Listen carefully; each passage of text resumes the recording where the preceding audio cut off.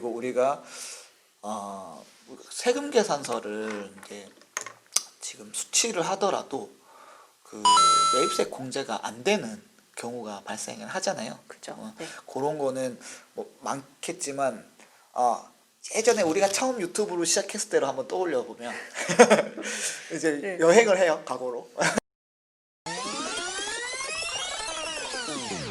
이렇게 여행을 해보면은 그때 잠깐 언급드린 적이 있었어요. 사업자 등록하기 그때 뭐였죠? 우리가 그때 설립 비용에 대해서 말씀드릴 때 한번 살짝 언급을 드렸었는데 뭐 사업자 등록 신청 전 뭐 후 해서 막 그때 열심히 설명을 드렸었어요. 네. 근데 거기에서 보면은 우리 매입세 불공제 되는 것 중에 하나가 사업자 등록 신청 전에 산 것들은 매입세 공제가 안 된다. 네. 그죠? 요게 하나가 있고 그리고 저번 시간에 우리가 지출 증빙을 하면서 간략하게 말씀드렸지만 사업이 무관하거나 사업과 무관하거나 그리고 네. 접대비와 관련됐거나 그리고 9인승 이하의 일반적인 승용차들 그죠. 수용차와 관련된 뭐 구입 비용 그리고 그 유지 비용 뭐 기름 넣은 유류대 거, 네. 뭐 수선비 뭐 교체비 이런 것들은 싹 다 안 된다고 봐야죠. 매입세 네. 공제가.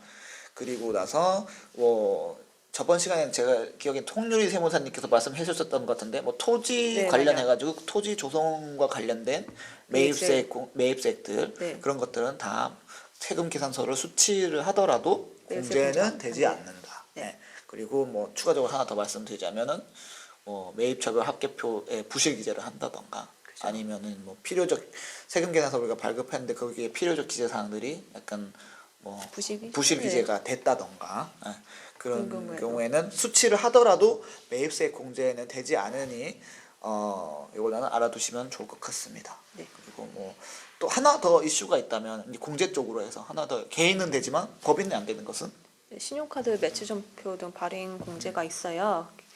이 경우는 개인 같은 경우에는 이제 신용카드나 뭐 현금 영수증 매출을 하시면 그 금액에 대해서 일정 율에 대해서 이제 그 부가가치세 공제가 되시는데 법인은 이 제도가 이제 적용 대상이 아니세요. 맞아요. 이게 네. 원래의 뭐 어떤 취지는 공제를 해준다거나 그러니까 원래 없는 건데 공제를 해주는 거에 어떤 취지가 있잖아요. 취지가 있는데 요거 같은 경우에는 어쨌든 신용카드를 발급하거나 신용카드 매출 전표를 발급하거나 현금 영수증의 발급으로 인해서 과세표준 양성화에 너네가 기여를 했으니 그거에 대한 어떤 혜택을 주겠다는 거죠. 그래서 네. 개인 사업자는 아직 이제 신용카드 발행 세액공제가 아직 남아져 있죠. 남아져 네. 있고 사실은 그 요율이 원래는 더 낮은 요율인데 지금 이제 조금 더 약간 네. 뭐 당연히 도움이 되는 건데 약간 이제 더 요율이 높아진 상태에서 지금 계속 유지가 됐는데 원래는 한도도 좀 늘어나셨죠. 네. 근데 없어지면은 사실은 부담이 조세 반발이 굉장히 클 거예요. 그쵸. 요것도 엄청 적진 않기 때문에 한도가 1년에 우리가 1,000만 원이죠. 1,000만 원. 네. 1,000만 원인데 이거를 못 받게 한다는 거는 엄청난 조세 부담이, 저항이 네. 이제 생기는데 어쨌든 그건 개인 사업자 얘기고 법인은 아예 적용 애초부터 대상이 조용 대상이 아닌 거죠. 그래서 음식점업 이제 개인 사업자인 분들이 엄청 장사 잘 되는 데도 있잖아요. 우리 그 땡땡 정보통 그죠, 그런데 네. 보면은 뭐 맛집 해가지고 네. 나는 그런데 뭐 진짜인지 모르겠지만 저도 뭐 사실관계는 저는 확인할 길이 없으니 어쨌든 그런데 보면은 매출이 뭐 몇십억이다 뭐 그런 데들 같은 경우에는 네, 그 꽉꽉 채워서 1년에 거의 1,000만 원씩 1,000만 원 받거나 근데 받으시는데 그때쯤 또 생각하는 게 있잖아요. 법인 전환. 그죠. 법인 전환을 이제 생각하시죠. 이제 개인에서 때문에. 세금이 워낙 많이 나오니까 그리고 왜냐면은 개인 사업자인 분들이 매출이 너무 이제 7억 5천만 원 이상이 되면 이제 성실 사업자로 되니까 10억이 이상 되면 또 신용카드 발행 생공제가 또 안 되죠. 그죠. 안 되고 또 성실 신고 사업자라고 해서 거의 법인 수준의 장부를 작성해야 되는 분들이 계시잖아요. 그렇죠. 그분들이 네. 그때 마침 생각하는 게 이제 법인 전환을 많이 생각하시는데 어쨌든 제가 이거를 갑자기 또 생각나서 말씀을 드리는 건데 어쨌든 7억 5천 이상 10억 미만의 이제 성실신고 사업자분들이 법인 전환을 많이 생각을 하시는데 그때 좀 약간 의사결정에 포인트 되는 부분 또 이게 신용카드 발행 세액 공제가 네. 또 포인트가 되잖아요. 그래서 제가 생각나서 난 김에 말씀을 드렸고 만약에 그 정도 규모의 음식업을 영위하시는 분이 계시다면은 꼭 요런 부분들 신용카드 발행 세액공제라던가 뭐 개인소득세에서 법인소득세로 넘어갔을 때 세액 차익이라던가 요거는 조금 실익을 좀 면밀하게 분석하실 필요가 있어요. 자세하게 좀 비교를 해보셔야죠. 그렇죠. 네. 그리고 그 아까 의제매입세 공제율도 개인이 훨씬 더 높으시니까 그것도 좀. 그것도 이제 요율 차이가 나기 때문에 네. 크게 이 세 가지가 차이 나죠. 그래서 네. 그거 세 가지에 대해서 면밀히 분석을 하신 다음에 전환을 하시는 게 아주 좋습니다. 네. 그리고 나서 오늘의 이제 마지막 주제로 이제 치달았는데, 그죠? 가산세. 마지막이 왔습니다. 이제 요거는 무시무시한 가산세의 얘기입니다. 이제 가산세는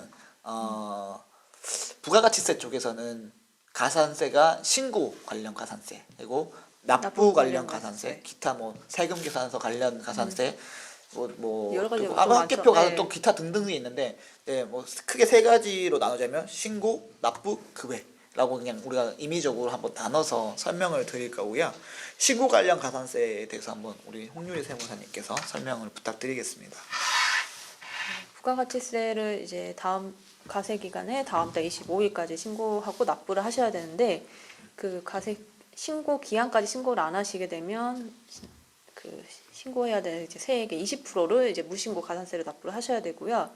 매출 그 좀 신고를 적게 했다. 실제로 이제 과소신고죠. 과소신고를 네. 하시게 되면 이제 과소신고한 금액에 이제 10% 가산세가 이제 부과가 되시는데요. 이걸 좀 그 의도적으로 좀 부정행위를 부정으로 저지르는. 네 하신 경우에는 무신고든 과소신고든 이제 40% 가산세가 이제 발생을 하시게 됩니다. 그리고 우리가 신고 기한 신고 관련 이제 방금 말씀을 드렸고, 그다음에 이제 납부에 대해서 말씀을 드릴 텐데, 납부는 어떻게 되죠? 그 신고는 했지만 납부를 못 하셨을 경우에는 하루당 이제 그 가산세가 이제 추가로 계속 이제 부담이 되세요. 그 미달 납부세액의 하루당 10,000분의 2.5, 10만 분의 25가 이제 가산세로 이제 납부를 하셔야 돼요. 그렇죠. 이게 이자 성격이죠. 이자라고 생각하면 돼요. 내가 나라에 납부를 안 하면 할수록 우리 나라에 이자가 계속 발생하는구나. 그렇죠. 네. 이렇게 생각하시면 돼요. 그러니까 웬만하면은 뭐 요즘에 이제 아무래도 이제 코로나 때문에 자금 사정이 좀 어려운 분들이 사실 실제로 많고, 많으시죠. 네. 정부에서도 그것 때문에 뭐 요즘에 실질적으로 부가세 조금 감면 이런 거 많이 좀 납부 연장도 좀 납부 연장은 되게 많이 해줬죠. 그죠. 근데 이게 사실은 납부 연장은 언젠가는 내야 될 돈이기 때문에. 근데 어느 정도 매출 규모 이하의 분들은 한시적으로 우리가 간이가세자 수준의 세금 내도록 해서 혜택을 많이 주기도 했는데, 어쨌든 이번에도 적용이 될지는 그건 좀 잘 모르겠네요. 근데 이번에 그 간이가세자로 이제 그 간이가세자 규정이 이제 조금 러프해졌잖아요. 그죠. 8천만 원으로. 이제 8,000만 원. 그게 이제 그거는 이제 똑같더라고요. 그래서 어쨌든 이 힘든 시기를 다 같이 잘 헤쳐 나가서 이겨냈으면 좋겠습니다. 어쨌든 제 요지는 모두가 힘내서 이 힘든 상황을 좀 잘 이겨내보자 방금 그런 말씀을 드렸고요. 그리고 이게 가산세가 발생하지만은 무조건 그 금액에 대해서 다 내야 하는 건 아니죠. 일정 기간 내에 뭐 신고하거나 아니면은 우리가 가소 신고한 부분에 대해서 다시 신고하거나 이러면은 감면을 해주기도 하는데, 이것도 개정이 됐어요. 예전보다는 조금 더 좀 구간별로 좀 디테일하게 이제 요율이 짜졌죠. 그래서 디테일도 해줬지만 좀 감면되는 이제 비율도 더 높아지는 그렇죠. 그래서 네. 기한 후 신고, 이제 무신고했다가 기한 후 신고하는 경우가 있을 거고, 네. 그리고 가소 신고했다가 다시 수정신고. 내가 그 수정신고. 착오로 인한 뭐 네. 사고로 했던지 어쨌든 그러니까 잘못 신고한 부분에 대해서 다시 신고해서 더 납부해야 될 세금이 있다면 수정 신고를 하게 되는데, 그거에 대한 어떤 기간과 감면율에 대해서 우리 홍윤희 세무사님께서 그 무신고 하셨다가 이제 다시 기한 후 신고를 하시게 되면 무신고 그 1개월 내에 이제 기한 후 신고하시게 되면 이제 50% 감면되시고 많이 되네. 네. 1개월 초과 3개월 이내는 30%. 그다음에 6개월 이내는 20%까지 감면이 되시고요. 수정 신고 같은 경우는 좀 더 감면율이 높아요. 이미 신고를 한 거에 대해서 이제 수정 신고를 한 거기 때문에 1개월 이내는 90%. 엄청나게 많이 감면해주죠. 3개월 이내는 75%, 6개월 이내는 50%, 1년 이내는 30%. 그다음에 1년 6개월 이내는 20%, 2년 이내 10%까지 이제 감면이 가능하십니다. 그러니까 기한 후 신고 같은 경우에는 우리가 최소 6개월에는 일단은 신고를 하는 네, 게 거의 어쨌든 그렇게 좋고 하시면 네. 기한 후 신고 근데 사실 기한 후 신고 하시는 분들 보면 사실은 더 늦게 하시는 분들 많죠. 그죠. 대부분 네. 대부분 기한 후라는 게 엄청난 기한이 지나서 네. 하시는 분들도 일단 많고 뭐 그 전에 결정고지가 나라에서 알아서 결정고지가 될 때도 있지만 근데 그 그래도 어쨌든 뭐 예. 자진해서 이제 하시는 게 더 좋으시죠. 더 하시는 감면이 게 더 있으니까. 좋죠. 네. 감면이 최대한 이런 거를 좀 내가 좀 어떤 사정에 의해서 신고를 못했더라도 웬만하면은 그 기한에 빨리 하시면 빨리 좋고 하시는 게 빨리빨리 하시는 게 좋고 매도 먼저 받는 게 낫다고 네. 이럴 때 적정한 말인가요? 그렇게 모르겠는데 어쨌든 빨리 하시는 게 좋고 수정 신고도 마찬가지로 이게 엄청난 혜택이거든요. 1개월 안에 했을 때 90% 감면이라는 거는 정말 엄청난 혜택이고 그렇죠. 네. 그리고 2년 내로 하면은 뭐 10%까지는 된다지만 그래도 웬만하면 빨리 하시는 게 웬만하면 빨리 하는 게 좋고 6개월 내에 하면 그래도 50%까지는 감면이 되니 그죠. 그러니까 뭐 금액이 작으면 상관없는데 좀 클 경우는 어느 정도 엄청나게, 크다고 네. 생각하면은 이게 진짜 적은 금액이 아니거든요. 가산세라는 게. 그래서 100만 원까지면 90% 감면이면 그러니까요. 예. 엄청나게 이제 많이 차이가 나잖아요. 네. 그러니까 이게 참 하여튼 어쨌든 감면 제도도 우리가 꼭 적극 활용하셔가지고 좀 이런 세금 부담, 가산세 부담을 최대한 낮추셨으면 너무 그렇죠. 좋겠습니다.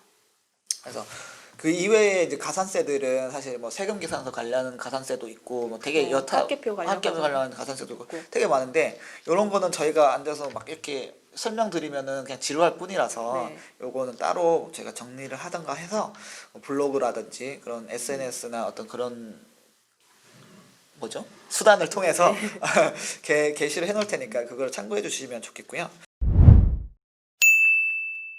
오늘은 어쨌든 대표님이 없이 우리 저희 대표 세무사님 남성호 세무사님이 없이 우리 둘이서 이제 진행을 했는데 우리가 항상 재미없는 주제로 계속 이어지는 것 같아요. 좀 우리도 언젠가에는 좀 이제 재밌는 재밌는 거, 주제로 하고 네. 싶은데 그죠?